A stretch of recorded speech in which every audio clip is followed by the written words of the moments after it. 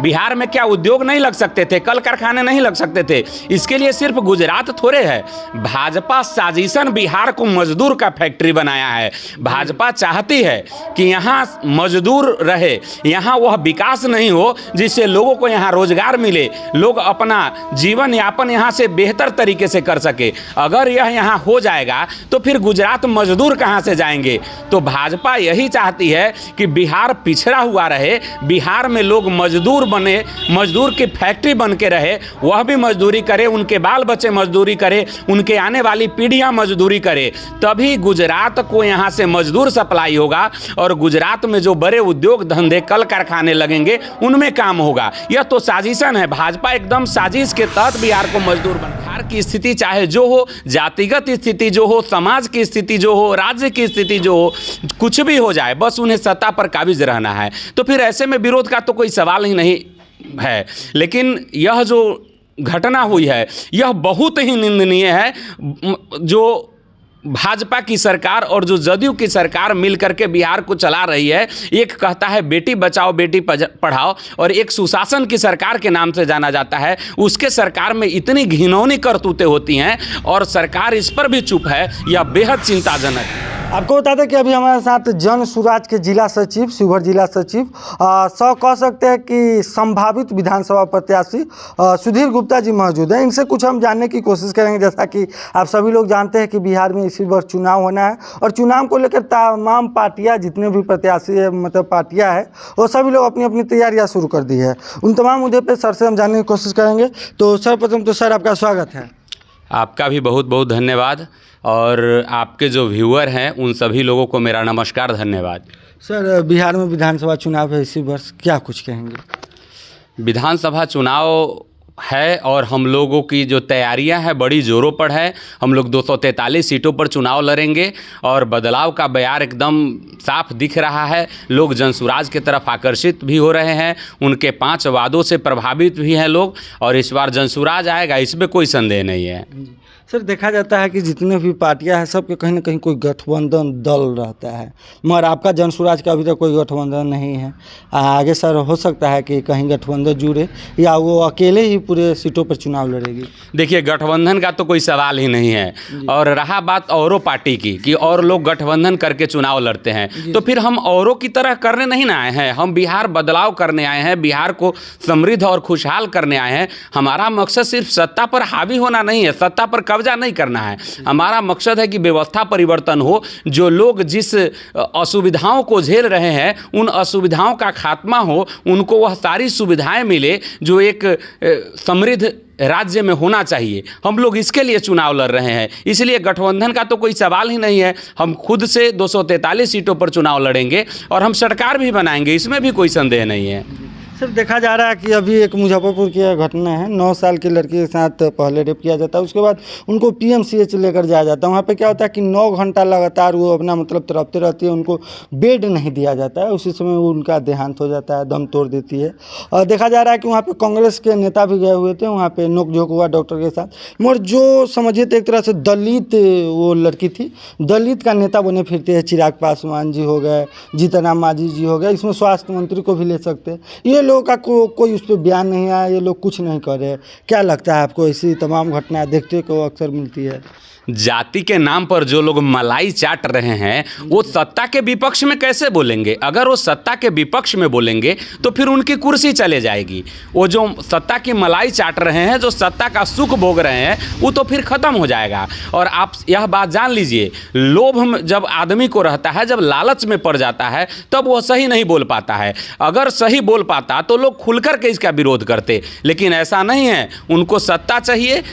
बिहार की स्थिति चाहे जो हो, जातिगत स्थिति जो हो, समाज की स्थिति जो हो, राज्य की स्थिति जो हो, कुछ भी हो जाए, बस उन्हें सत्ता पर काबिज रहना है। तो फिर ऐसे में विरोध का तो कोई सवाल ही नहीं है। लेकिन यह जो घटना हुई है यह बहुत ही निंदनीय है। जो भाजपा की सरकार और जो जदयू की सरकार मिलकर के बिहार को चला रही है, एक कहता है बेटी बचाओ बेटी पढ़ाओ और एक सुशासन की सरकार के नाम से जाना जाता है, उसके सरकार में इतनी घिनौनी करतूतें होती हैं और सरकार इस पर भी चुप है। यह बेहद चिंताजनक है। सर देखा जाता है आपने, अगर हम शिवहर की बात करें तो अपना शिवहर समझिए तो एक राजनीतिक पर्यटक स्थल बन के रह गया। चुनावी अखाड़ा, चुनाव के समय बाहरी नेताओं आते हैं जी जाते, देखा भी गया है कि जहाँ से बेटा विधायक वहाँ से यहाँ के लोग उनकी माँ को सांसद भी बना दे रहे हैं। क्या लगता है कि इस बार विधानसभा चुनाव नज़दीक है, क्या कुछ होगा अपने शिवहर में? देखिए, इस बार तो बदलाव होना तय है, चूँकि लोगों ने पिछले विधानसभा चुनाव में जो गलतियां की है उनका एहसास उनको भली भांति हो चुका है। वो लोग अपनी गलतियों पर अफसोस कर रहे हैं। तो इस बार निश्चित है कि उन गलतियों को दोहराया नहीं जाएगा। और शिवहर जो पर्यटक स्थल बन के रह गया है, शिवहर पर जो बाहरी लोगों का नज़र बना हुआ रहता है, इस बार ऐसा नहीं होगा। इस बार शिवहर का प्रतिनिधित्व शिवहर करेगा, शिवहर का बेटा करेगा, और यह निश्चित है, इसमें कोई संदेह नहीं है।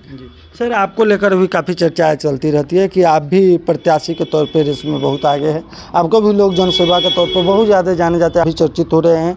क्या कुछ कहेंगे, अगर पार्टी आपको विश्वास जताती है तो शिवहर का नेतृत्व करेंगे आप? देखिए, एक शायर ने बड़ा खूब कहा था कि किसे खुशबुओं की तमन्ना नहीं है, किसे खुशबुओं की तमन्ना नहीं है, महकना चमन में सभी चाहते हैं।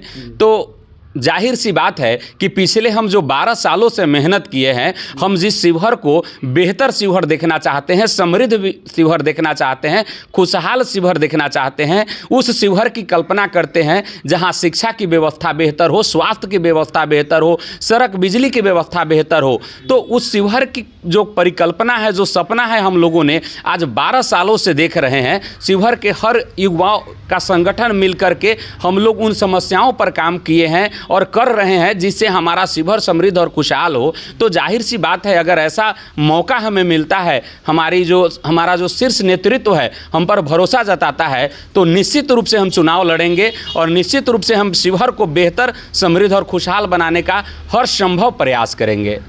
देखा जाता है, एक मतलब कहा जा रहा है कि अपने शिवहर में कार्यालय वगैरह हो गए, सरकारी जगह, उन तमाम जगह पर भ्रष्टाचार बहुत बढ़ गया है। और लोगों का माना जाता है कि स्थानीय जनप्रतिनिधि उस पर कार्रवाई न करने के कारण ये सब और बढ़ता जा रहा है। क्या लगता है आपको, इस सब में रोकथाम कैसे होगा सर? देखिए, भ्रष्टाचार चरम सीमा पर है शिवहर में, इससे कहीं संदेह नहीं है, और भ्रष्टाचार रोका भी जा सकता है, इसमें भी कोई संदेह नहीं है। लेकिन सबसे पहली बात है कि जो जनप्रतिनिधि हैं, जो यहाँ का प्रतिनिधित्व कर रहे हैं, यहाँ तो नियत की बात है। आप कितना बेहतर बनाना चाहते हैं। आप सीधी सी बात समझ लीजिए कि कोई आदमी अगर 2 रुपये उससे आप ज़बरन वसूलते हैं तो निश्चित रूप से वो 4 रुपये का बेईमानी करता है।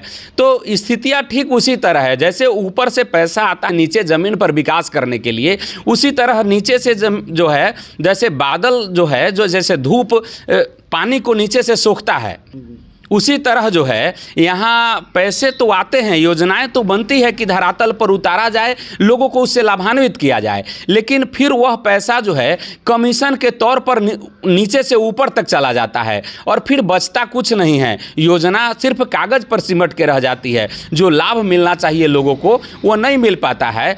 तो भ्रष्टाचार उसी का एक जो चैन बन चुका है कि एक दूसरे से लेकर के बड़ी ईमानदारी से लोग पैसों का जो है बंदरबाट करते हैं। तो जब तक ये चेन टूटेगा नहीं, तब तक भ्रष्टाचार पर अंकुश नहीं लगाया जा सकता है। जी सर, एक जिसे कि अभी देखा गया वर्तमान में नरेंद्र मोदी जी समझिए तो 44-45 बार अपने बिहार आ गए। अन्य राज्य को बहुत सारे कुछ देते हैं, मतलब बहुत कह सकते हैं कि कोई उद्योग लगाते हैं बड़े बड़े, मगर अपने बिहार में नहीं देखा जा रहा है उनका, मतलब। और एक तरह से ये भी कह सकते हैं अपना शिवहर वैसे का गढ़ भी माना जाता है, भाजपा का गढ़ भी बनाया जाता है, शिवहर लोकसभा देखा भी गया है। तो क्या लगता है अपने शिवहर के लिए भी उनका कोई बड़ा योजना अभी तक सामने नहीं आया है? वो फिर बिहार आए थे, उनका कुर्सियाँ खाली रह गई थी, रोड शो फ्लॉप हो गया था। क्या लगता है कि ये चुनाव को देखते हुए वो बार बार आ रहे हैं? चुनाव को देखकर बार बार आ रहे हैं, इसमें तो कोई संदेह नहीं है। लेकिन आप एक बात समझ लीजिए, एक ही व्यक्ति को आप कितने बार मूर्ख बनाएंगे? भाजपा जो है बिहार के लोगों को मूर्ख ही बना रहा है। बिहार में क्या उद्योग नहीं लग सकते थे, कल कारखाने नहीं लग सकते थे? इसके लिए सिर्फ गुजरात थोड़े है। भाजपा साजिशन बिहार को मजदूर का फैक्ट्री बनाया है। भाजपा चाहती है कि यहाँ मजदूर रहे, यहाँ वह विकास नहीं हो जिससे लोगों को यहाँ रोजगार मिले, लोग अपना जीवन यापन यहाँ से बेहतर तरीके से कर सके। अगर यह यहाँ हो जाएगा तो फिर गुजरात मजदूर कहाँ से जाएंगे? तो भाजपा यही चाहती है कि बिहार पिछड़ा हुआ रहे, बिहार में लोग मजदूर बने, मजदूर की फैक्ट्री बन के रहे, वह भी मजदूरी करे, उनके बाल बच्चे मजदूरी करे, उनके आने वाली पीढ़ियां मजदूरी करे, तभी गुजरात को यहाँ से मजदूर सप्लाई होगा और गुजरात में जो बड़े उद्योग धंधे कल कारखाने लगेंगे उनमें काम होगा। यह तो साजिशन है, भाजपा एकदम साजिश के तहत बिहार को मजदूर बनाया हुआ है। देखा जाता है कि अभी वर्तमान समय में क्या हो गया कि राजनीति के एक समझिए तो पूंजी व्यवसाय लोग बना लिए हैं। देखा जाता है कि अगर कोई भी चुनाव आपको लड़ना हो तो बहुत ज़्यादा पैसा की धन की आवश्यकता होती है, मगर देखा भी जा रहा है कि आप तो उतने बड़े लेवल के मतलब वो नहीं है पूंजीपति लोग, आप इसमें कहाँ तक सक्षम होंगे चुनाव में?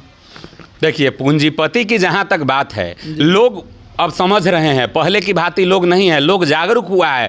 प्रशांत किशोर जो पदयात्रा किए हैं, गली गली गांव गांव घूमे हैं, इससे लोगों ने समझा है कि हमारी जो वास्तविक स्थिति है, जिस आर्थिक स्थिति जो दयनीय है, उसका सुधार कैसे हो सकता है। पूंजीवादी व्यवस्था है राजनीति में, बिल्कुल सही कहे हैं, लेकिन आप सोचिए पूरी जनता समझ रही है कि जो लोग टिकट खरीदने से लेकर और वोट तक के पैसे देते हैं, वो क्या खाक समाज का विकास करेगा, वो क्या शिवहर का विकास करेगा, बिहार का विकास करेगा। यह जो व्यवसाय बना के रख दिया है उन लोगों ने।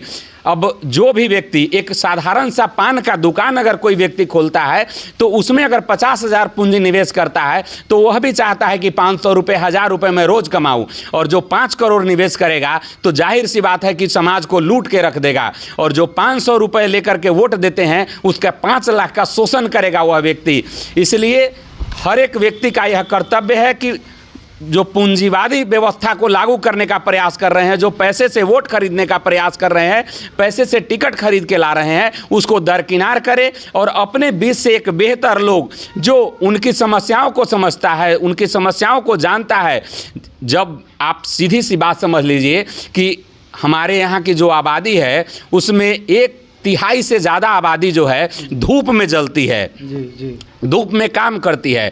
अब आप समझिए कि जो व्यक्ति धूप में जलता है वही उस व्यक्ति के धूप का दर्द समझ सकेगा कि कितना तापमान में शरीर कितना जलता है। जो लोग एसी में रहते हैं उनको क्या पता उनके दुख से, उनके धूप में बदन के जलने से, लेकिन उनके बीच के लोगों को पता है, उनके बीच का लोग उनके लिए काम करेगा। तो इन पूंजीवादी व्यवस्थाओं को नकारते हुए जनता को एक बेहतर छवि के ईमानदार, कर्तव्यनिष्ठ और जो समाज में पहले से समाज से जुड़ के रहे हैं, समाज के लिए काम किए हैं, वैसे लोगों को चुनना होगा, और तभी यह व्यवस्था जो है समाज का विकास हो पाएगा, लोगों को उन योजनाओं का लाभ मिल पाएगा जो सरकार उनके लिए बनाती है, और नहीं तो इसका शोषण होगा। चलिए, बहुत बहुत धन्यवाद सर। आपको बता दें कि अभी हमारे साथ सुधीर गुप्ता जी थे, इनका बात आप लोगों ने सुना। क्या लगता है कि विधानसभा चुनाव में क्या होगा और शिवहर में अपने इस बार क्या होगा, क्या बदलाव देखने को मिलेगा? आप अपनी प्रतिक्रिया जरूर कमेंट बॉक्स में दीजिएगा। तो चलिए, अभी के लिए इतना ही। जय हिंद, जय भारत, जय बिहार।